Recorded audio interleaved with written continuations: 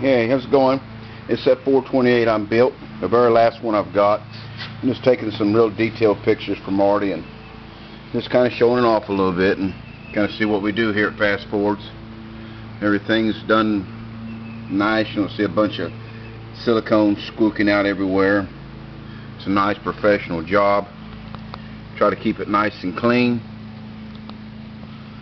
Like I say, this is a police interceptor. It's got the, if I can zoom in here, C8A-H heads, and I've also drilled them out. You can't see them, so I got my headers on there. I've drilled them out for 16 bolt pattern where you can put a Cobra jet exhaust manifold on them. It's got the Cobra jet intake. Nice set of chrome valve covers, power by Ford, factory original.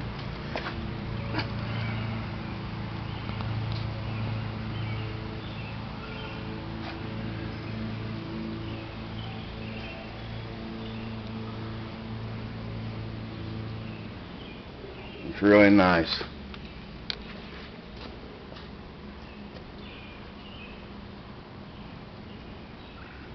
I know he'll be happy with it.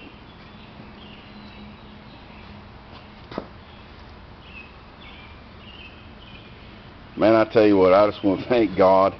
He's so good to me, man. You look back and everything you see around this property right here, I can scan the whole thing.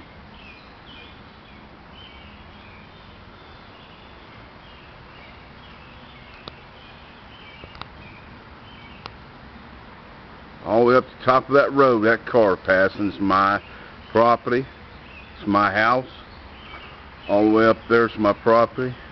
Or should I say this is God's property. He's just lent it to me to be a good steward over it. God is so good to us.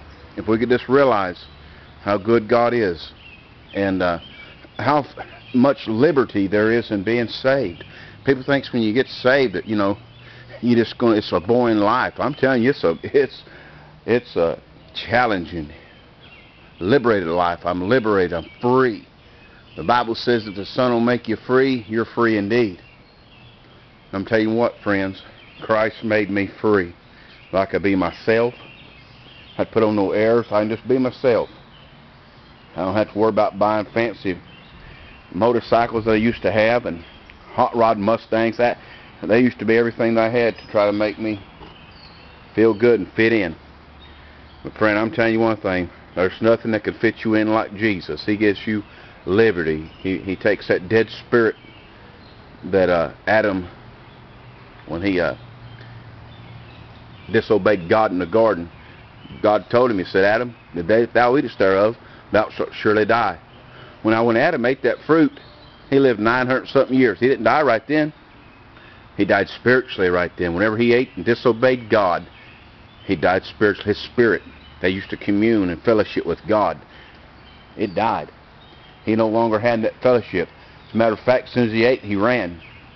Him and Eve, they ran and they hid in the bushes. They got as far away from God as they could get. Why? Because they sinned against the holy God. They disobeyed God. And that's what happened. They ran from him. That's what we do now. The same thing we do now. The sinners, they run from God. Instead of running to him, they run from him. See, you can't come to God. God's got to come to you.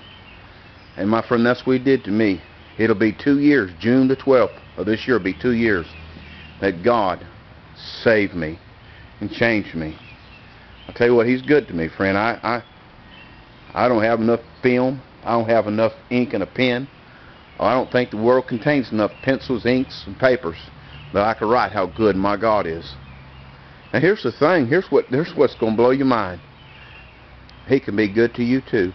You say, well, I'm too bad. My friend, if you only knew how bad I was probably one of the wickedest men that walked the face of this earth. I was evil, wicked, a drug dealer, and God saved me. He can save you too. All right, Marty, we're going to crank it up again. I just like to hear these whole things run, man.